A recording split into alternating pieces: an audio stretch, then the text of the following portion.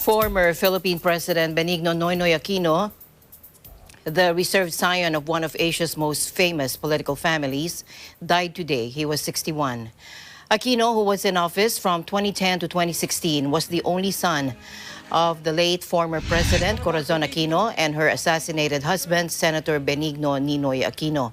Aquino was rushed to the Capital Medical Center in Manila early Thursday, according to local media.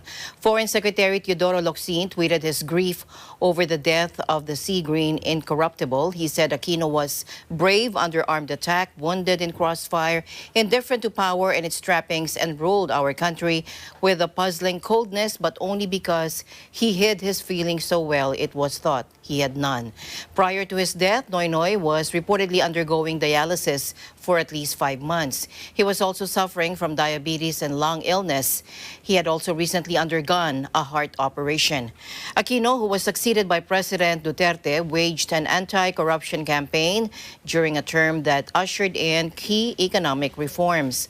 Unusually for the conservative country, Aquino remained a bachelor throughout his life, though had relationships with a number of women. Aquino was born on February 8, 1960, to one of the country's wealthiest land-owning political families. A latecomer to the presidential race in 2010, he declared his candidacy only after his mother's death from cancer the previous year had plunged the country into mourning and demonstrated the power of the family name. He made fighting corruption his mantra, capitalizing on his family's clean reputation, and vowed to reduce the poverty afflicting a third of the population. His administration delivered average annual economic growth of just over 6%, the highest since the 1970s, handing the country investment-grade status, but poverty remained endemic.